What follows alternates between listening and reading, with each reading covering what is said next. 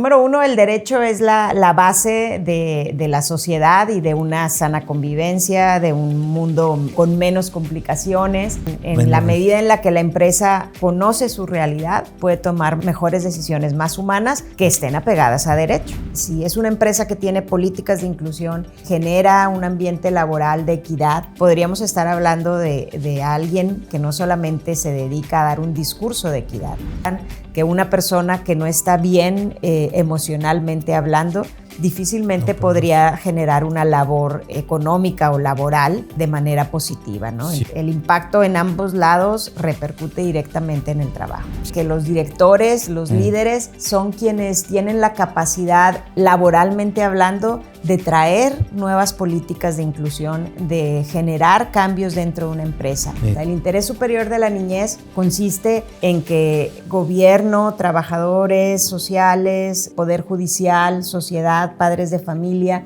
vigilen y prioricen que sus derechos y sus necesidades sean cubiertas. Si la empresa no apoya al trabajador a que esa crianza responsable se vaya dando, la empresa tiene una repercusión, implica un menor rendimiento dentro del área laboral, un estado de ánimo, de desánimo más bien, y eso tiene un impacto en las funciones laborales de la empresa. Yo considero que las empresas deberían de tener programas de apoyo a las familias para hablar de esta crianza responsable.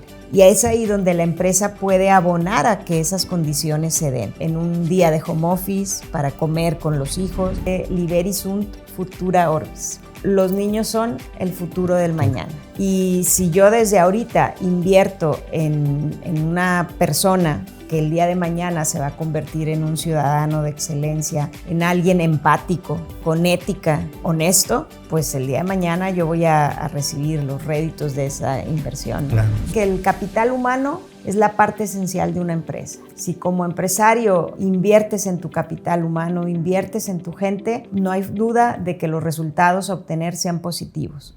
Cierto. En Hablando de Negocios nos atrae proporcionar información de interés cotidiano. Entrevistamos a expertos de diversas áreas que nos ofrecen un panorama de nuestro contexto, porque todo lo que sucede a nuestro alrededor impacta de una forma u otra en el mundo de los negocios. Hola amigos, bienvenidos, bienvenidas al blog Hablando de Negocios. El blog les trae información muy variada y pues interesante. Hoy tenemos como invitada a Katia Villarreal. Katia Villarreal Rodríguez, ella es pues una importante maestra, profesora de la UDEM. Bienvenida, Katia. Gracias por participar en Hablando de Negocios. Gracias, don Saúl, por la invitación y pues un gusto estar aquí y poder compartir algo de mi experiencia. Para presentarme un poquito y platicarles un poquito quién es Katia. Bueno, Katia estudió Derecho en el TEC de Monterrey y posteriormente hice una maestría en Educación con acentuación en Derechos Humanos. Creo que estas áreas, tanto el derecho como la educación, siempre han sido áreas que me han interesado y Cierto. Por esta razón posteriormente hice un doctorado en Derecho también y este doctorado, la línea de investigación que tuve fue con relación a derechos humanos, específicamente derechos de la niñez. Ya. Entonces, pues un gusto estar aquí. Gracias por participar. ¿En qué momento descubriste tu camino profesional precisamente que estaría ligado a la investigación y a pues, la enseñanza del derecho?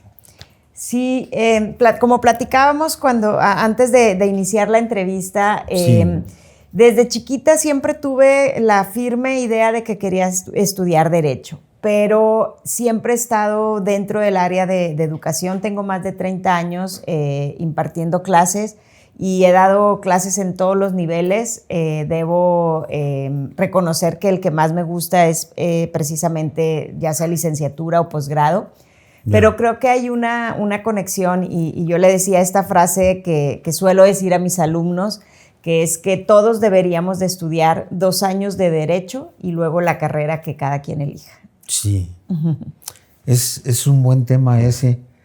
¿Por qué estudiar Derecho? O sea, ¿cómo lo Yo creo que, número uno, el derecho es la base de la sociedad y de una sana convivencia, de un mundo con menos complicaciones.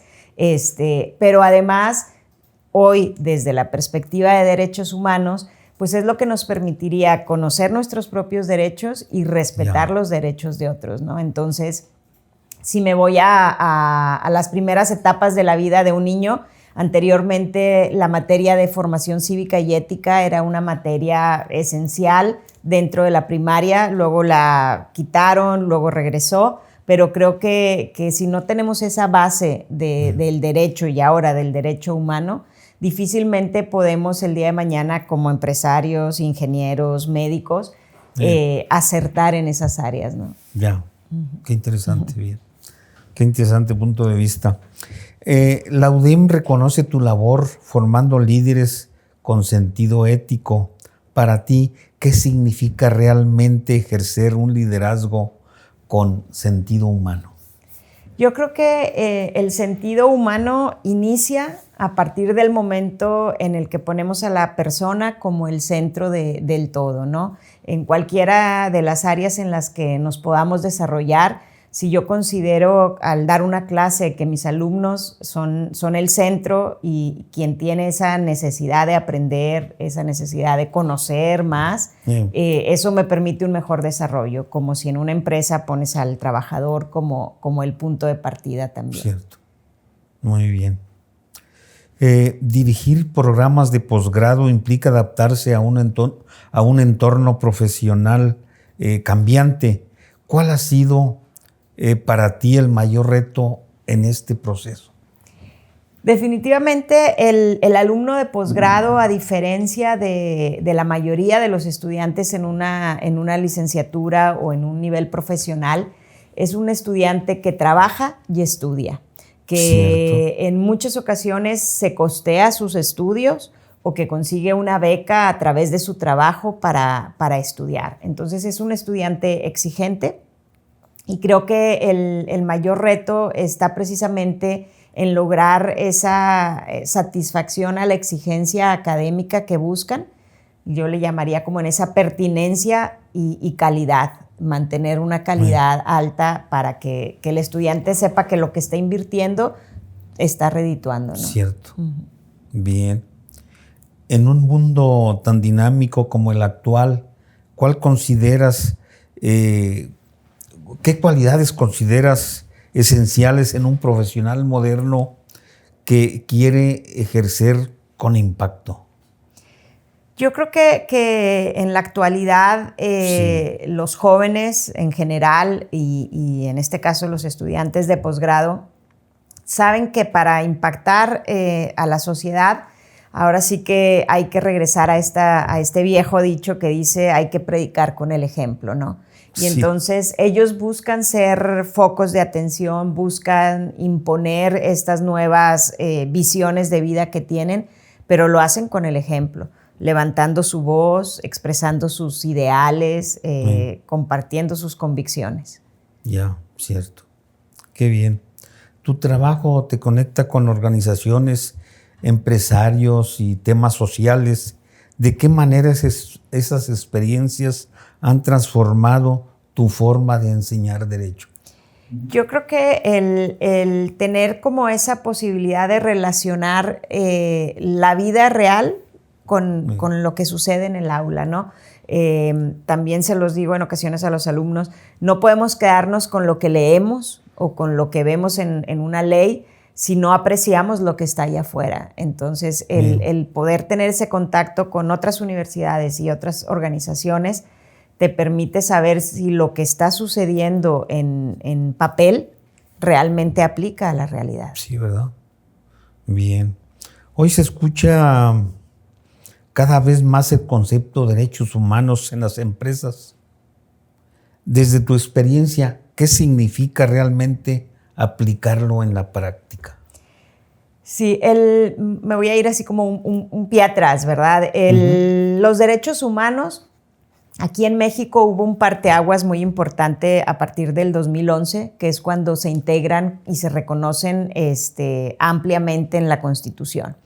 Y creo que ese fue el parteaguas que establece esa diferencia o esa parte significativa. Y a partir de ahí, las empresas, la sociedad, la academia ha considerado que solamente podemos generar un mundo mejor o el considerar el respeto a la dignidad del ser humano con base en los derechos humanos. Entonces, creo que es importante conocerlos y difundirlos para que la gente pueda ejercerlos. Cierto.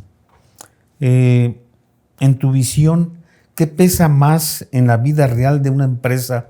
¿Lo que marca la ley o lo que realmente viven las personas dentro de la organización? Definitivamente es la realidad lo que tiene un mayor peso, ¿no? Si tuviera que criticar, por así decirlo, a la ley, tendría que reconocer que la ley va casi siempre un paso atrás hacia lo que sucede en la realidad. Entonces, hay cambios en la sociedad, la ley trata de ajustarse. Por lo tanto, la empresa debería de tener, para la empresa tiene más peso lo que está sucediendo dentro de la empresa que lo que todavía marca la ley. La ley obviamente va a ser ese contexto jurídico que te va a ayudar a entender lo que pasa en la empresa y poderlo adaptar a la norma. Cierto. Y también la empresa como que puede actuar más humanamente, ¿verdad? O sea, así es. Yo creo que en la medida en la que la empresa conoce su realidad, puede tomar mejores decisiones más humanas que estén apegadas a derecho. Cierto. Bien. ¿Qué riesgos enfrenta una empresa cuando no atiende temas como violencia laboral, equidad salarial o derechos de los trabajadores? Creo que hay diferentes tipos de riesgos. El primero es, obviamente, un problema interno. Puede significar alta rotación, un clima laboral pues, negativo o conflictivo y la ausencia de compromiso por parte de sus trabajadores. Pero todas estas son cuestiones que se van a percibir dentro de la empresa. Ahora, hacia el exterior, hay un impacto grande y costoso para la empresa porque es una cuestión de imagen. Es una cuestión de, hoy en día las redes sociales, el hecho de poder viralizar algo que sucede dentro de un contexto y llevarlo hacia la sociedad en segundos, creo que tiene un costo caro para las empresas, ¿no? Entonces tendría que vigilar tanto lo interno como la imagen hacia el exterior. Ya, bien. Cuando una empresa decide invertir en inclusión, ética o ambientes seguros, ¿en cuánto tiempo empieza a ver los resultados en forma concreta? Yo creo que como todo en la vida, pues nada es magia, ¿verdad? Hay que ser pacientes en ese sentido, pero yo me atrevería a decir, por ejemplo, hablando de rotación, hablando de clima organizacional, pues a lo mejor en un promedio de 2 años, la empresa puede apreciar que sus trabajadores mantienen un compromiso, que la rotación ha bajado, que el clima laboral ha mejorado. Entonces, pero sí, pues bueno, hay que ser conscientes de que el cambio no genera un efecto significativo de manera inmediata. Cierto. La rotación que has citado también viene a ocasionar costos adicionales a las empresas, ¿verdad? Totalmente, porque hay que capacitar, hay que recontratar, si la empresa tiene un servicio de capital humano o un departamento de capital humano interno, pues bueno, implica obviamente una nueva entrevista, atracción de talento, etcétera. Y cuando no hay un departamento interno, en el caso de los microempresarios, y que tengan que pagar por este servicio, pues implica un gasto en todos los sentidos, ¿no? Sí, ¿verdad? ¿Qué tipo de acompañamiento puede ofrecer un especialista en derechos humanos a una organización que fortalece su cultura laboral? Ahorita hay tantas formas de poder ayudar o abonar a una empresa. Una de ellas es precisamente bajo esta especialidad de derechos humanos. De hecho, existen maestrías que están, por ejemplo, una maestría en Derecho de la Empresa con especialidad en Derechos Humanos. ¿Qué puedo esperar de este consultor o de esta persona que venga y observe mi entorno? Pues bueno, número uno, que existan políticas de equidad, políticas de inclusión, observar la brecha salarial, el porcentaje de hombres y mujeres que ocupan un puesto significativo o un puesto operativo.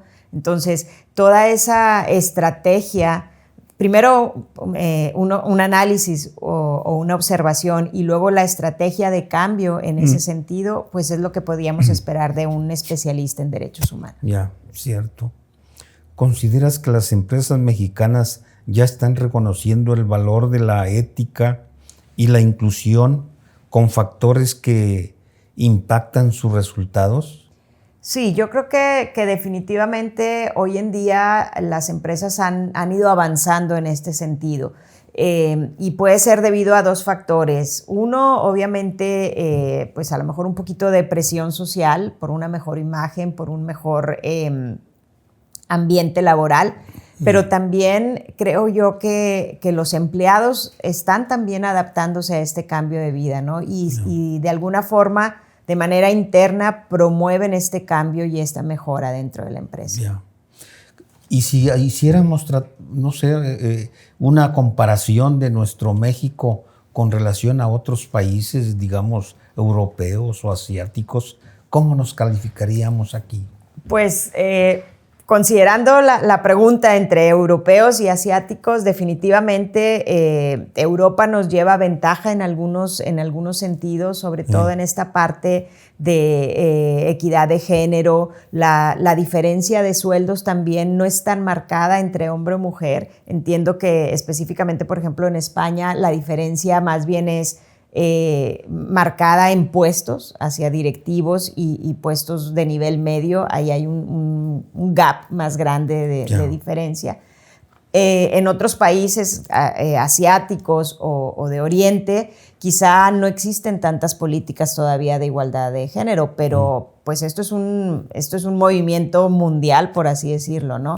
La Organización de las Naciones Unidas pues es la base de todos estos derechos humanos y es quien se dedica a promover precisamente este tipo de cambios en la sociedad. Ya, bien. Gracias. Gracias, Katia. Desde tu perspectiva, ¿qué cambios culturales necesita México para avanzar de verdad en la inclusión y la equidad dentro del trabajo? Lo vemos de repente me parece a mí, desde el ámbito político, ¿no? Las nuevas generaciones en el ámbito político buscan hacer o ayudar a que las personas conozcan sobre sus derechos. Y esta pues es una buena intención, pero también es un arma de dos filos. En el momento en que la sociedad está más consciente de sus derechos, podemos esperar que exista una sociedad que exija más sus derechos, ¿no? Entonces, creo que la sociedad puede abonar mucho a este cambio dentro de la perspectiva de derechos humanos y dentro de este nuevo ambiente, tanto en la empresa como en la política, y más adelante lo vamos a ver incluso en la familia. Cierto. Bien. ¿Cómo impacta la desigualdad salarial en la productividad, en la retención de talento y en el clima laboral en una empresa? Creo que el mayor impacto que me ha tocado observar es precisamente la rotación o la falta de compromiso, ¿no? Hay una desmotivación en ese sentido y eso implica que el trabajador pues realice sus labores con menos, no sé si la palabra correcta sería decir con menos compromiso. No creo que llegue al grado de ser con menor responsabilidad, pero al final hay un impacto en el clima laboral y eso repercute tanto en la forma de trabajo como en el nivel de compromiso. Cierto. Bien. Además de cumplir con la ley, ¿qué prácticas hacen que la inclusión se convierta en una ventaja real para la empresa y no solo pues, en en el discurso, ¿verdad? Uh-huh. Pues hablábamos ahorita y me decía, bueno, ¿qué pesa más, la ley o la realidad para una empresa?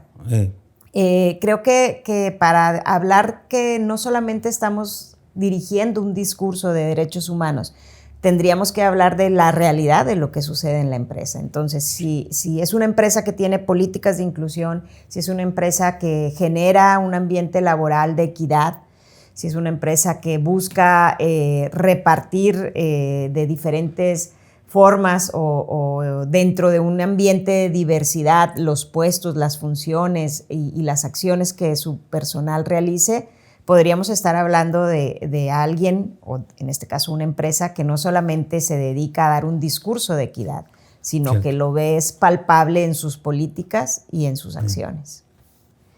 Bien. ¿Qué efectos tiene el acoso laboral o sexual en la vida productiva de una empresa o una organización? Tanto en el trato humano como en lo económico. Híjole, pues qué interesante, porque si estamos hablando de derechos humanos, tenemos que entender que estamos hablando de una persona que se compone de emociones, de sentimientos y también obviamente que de acciones, por así decirlo, ¿no? Entonces, en la parte emocional, en la parte personal, pues hay un impacto y una afectación grave de autoestima, de equilibrio personal, de desarrollo de emociones, de angustia, o frustración. Todo eso pues sería en la parte personal, ¿no? En la parte del ser.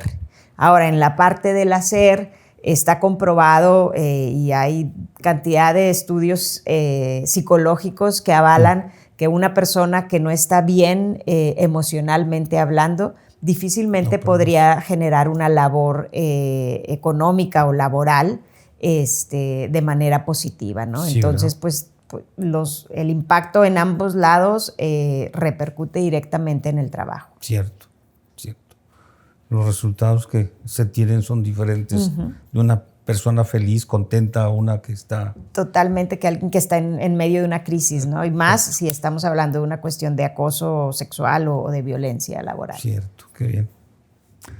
¿Qué papel tienen los directores, los jefes o líderes intermedios en la creación o en la destrucción de ambientes laborales seguros y respetuosos?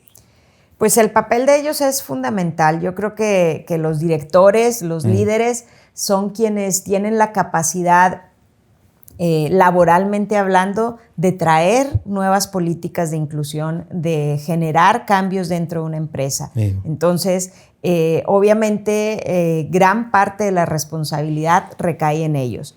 La otra parte tenemos que también reconocer que recae en los empleados, ¿no? En hacer valer estos derechos y respetar estas políticas.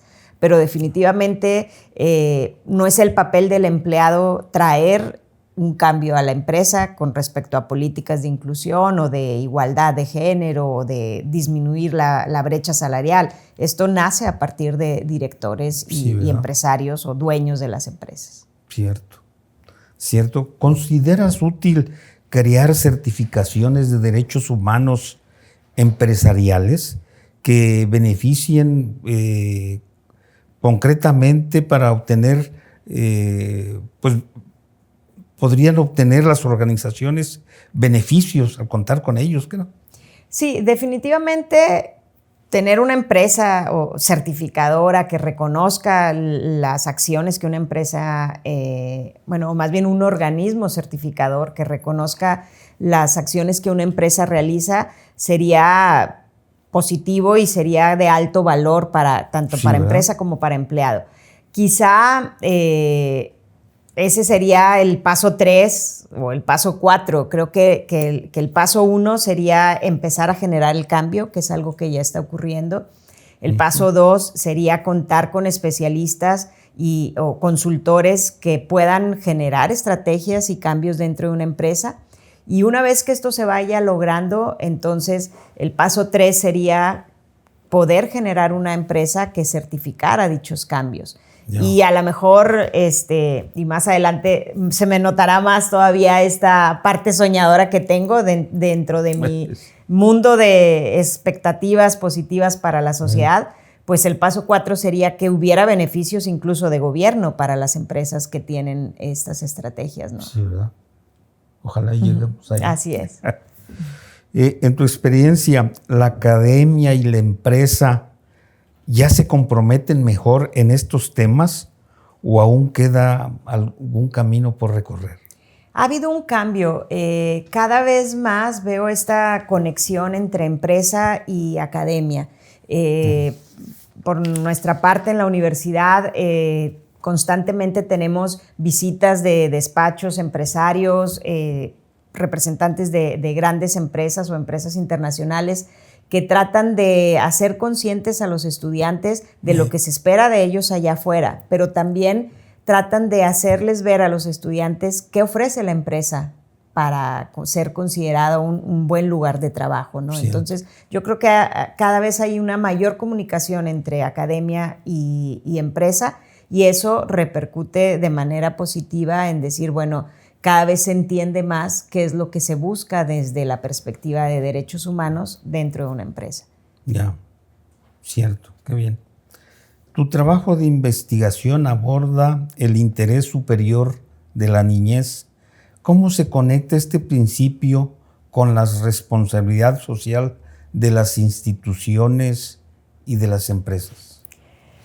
Pues primero quisiera explicar qué es este interés superior de la niñez para después poder contestar la respuesta. El interés superior de la niñez consiste en que gobierno, trabajadores sociales, poder judicial, sociedad, padres de familia, todos los involucrados en la esfera jurídica de un niño, vigilen y prioricen que sus derechos y sus necesidades sean cubiertas. Entonces, si yo llevo este principio hacia las empresas, pues tenemos que hablar que el trabajador no es un ser humano que viva de manera independiente o individual. En la mayoría de los casos, los trabajadores pertenecen a una familia. Sí. Y cuando tienen una familia propia y tienen hijos, es importante que conozcan este principio porque es lo que nos va a permitir que la niñez de hoy, que es el futuro de mañana, sean buenos trabajadores, buenos ciudadanos, personas que conozcan sus derechos, y esto solamente lo podemos hacer nosotros adultos hoy en día pensando en nuestros niños. Entonces, creo que al final, y lo vamos a ver más adelante, sí hay una relación entre la niñez, los padres de familia y la empresa. Cierto. Bien. En casos de separación de parejas, ¿qué papel desempeñas? ¿Qué papel se puede desempeñar en el entorno laboral para brindar estabilidad a las madres, padres y a los menores? Sí, hay una propuesta ahorita que se llama crianza responsable, coparentalidad.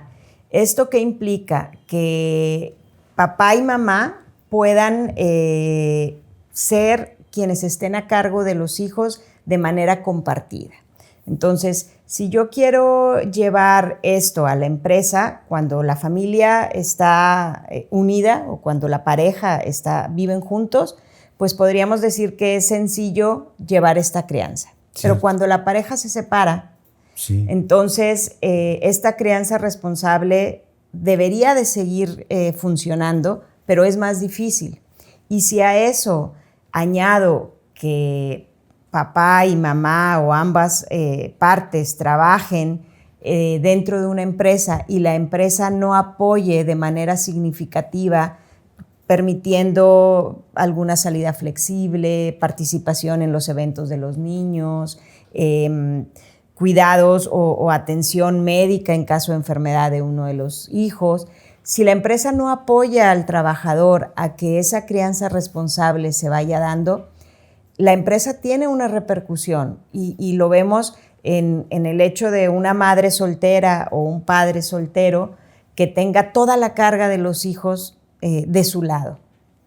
implica un menor rendimiento dentro del área laboral, implica, lo hablábamos ahorita, un estado de ánimo, pues de desánimo más bien, de crisis, y eso tiene un impacto en las funciones laborales de la empresa. Entonces, en este mundo que, como les decía ahorita, para mí es a lo mejor como una especie de mundo ideal, yo considero que las empresas deberían de tener programas de apoyo a las familias, no a las familias separadas, sino desde el inicio a la familia que está todavía con una pareja que viven juntos, para hablar de esta crianza responsable. Y si nosotros hacemos difusión sobre la crianza responsable, cuando la familia se fraccione, habrá una mejor forma de llevar a cabo ese proceso de separación. También pudiera haber menos separaciones, ¿no? También, ese sería el mayor logro a seguir, pero desafortunadamente, si yo me voy a la estadística, en México, 4 de cada 10 parejas se separan. Y aquí en Nuevo León, 6 de cada 10 parejas se separan. ¡Wow! Es alto. Entonces, el porcentaje es alto. Sí. O sea, pensaríamos que hay mucha labor por hacer en ese... Así es. Y por eso yo no, como empresario, yo consideraría no atacar el problema, sino tratar de prevenir. Si sé que de cada 10 empleados aquí en Nuevo León, 6 pueden terminar en un proceso de separación, pues a mí como empresario me debería de interesar ver qué hago ahorita que las familias están unidas, para que cuando ese proceso llegue, la afectación para la familia y para mí sea menor. Qué tema tan interesante. ¿Crees que las empresas deberían, precisamente aquí tengo la pregunta, deberían contar con políticas familiares reales como horarios flexibles, permisos de apoyo y específicos? ¿Por qué son tan importantes? Sí, y lo decía ahorita, yo creo que estas políticas es lo que permite que tanto papá como mamá permanezcan presentes en la vida de los hijos. Y que ambos puedan disfrutar y a la vez educar dentro de un concepto en donde, aunque haya una disolución de un matrimonio, el vínculo padre-hijo o madre-hijo nunca debe disolverse. Ya, cierto. ¿De qué manera la custodia compartida puede contribuir a una sociedad más justa y a trabajadores más equilibrados, plenos y productivos? Bueno, al hablar ahorita de crianza responsable, ese es como el paso preventivo. Una pareja que ha crecido en un matrimonio con base en la crianza responsable, las posibilidades de que termine en una separación con custodia compartida es alta. Ahora, ¿qué es la custodia compartida? La custodia compartida a veces se cree que es 50% del tiempo con uno y 50% del tiempo con otro. No necesariamente, puede ser 40-60 o a veces 30-70, pero lo que implica la custodia compartida es que ambos tengan pleno acceso a la vida del niño. Es decir, no te toca un día a la semana y es específicamente ese día.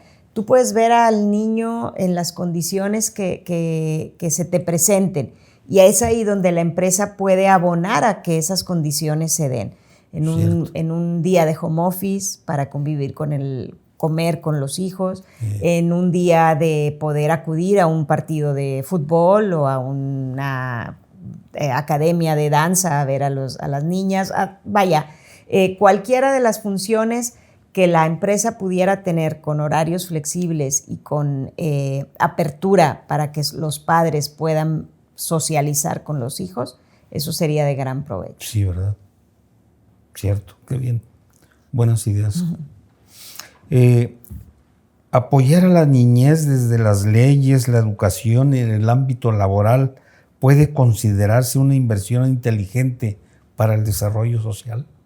Yo creo que es de las inversiones más inteligentes porque normalmente cuando tengo una presentación que tiene un apoyo visual, pongo una frase abajo que dice Liberi sunt futura orbis.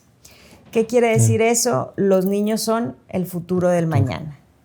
Y si yo desde ahorita invierto en una persona, que son niños, pero son personas, que el día de mañana se va a convertir en un ciudadano de excelencia, en alguien empático, en alguien con ética, en alguien honesto, pues el día de mañana yo voy a recibir los réditos de esa inversión, ¿no? Claro, sí. Entonces, definitivamente sí abonaría a invertir en eso.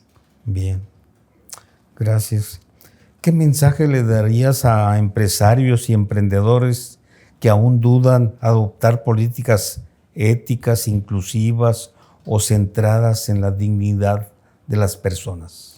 Creo que para los empresarios mi mensaje sería el compartirles que el capital humano es la parte esencial de una empresa. Sí. Si como empresario inviertes en tu capital humano, inviertes en tu gente, no hay duda de que los resultados a obtener sean positivos. Cierto. Bien.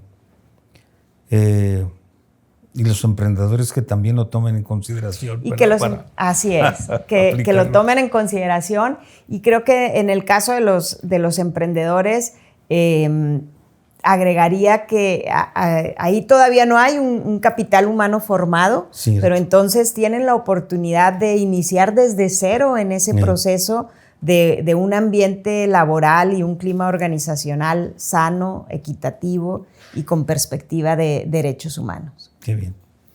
Gracias. ¿Qué consejo compartirías con los jóvenes que deseen ejercer su profesión con impacto humano y no solo técnico? Ok.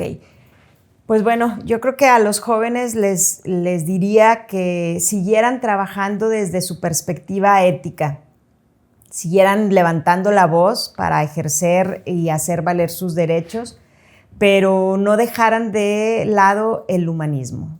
Si a lo largo de la vida vamos creciendo y fundamentando nuestras creencias y nuestros valores en un sentido humano, difícilmente vamos a poder equivocarnos con respecto al respeto, a la convivencia y a la sana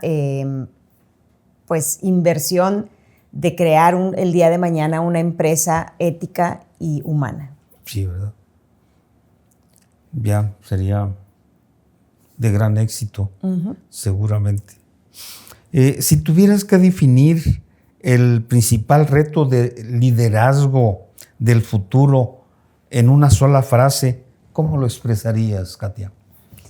Creo que el principal reto de liderazgo está en tener una conciencia ética que imite acciones de valor y de derecho, no solamente en el ámbito que me corresponde, sino en todos los lugares a donde yo vaya.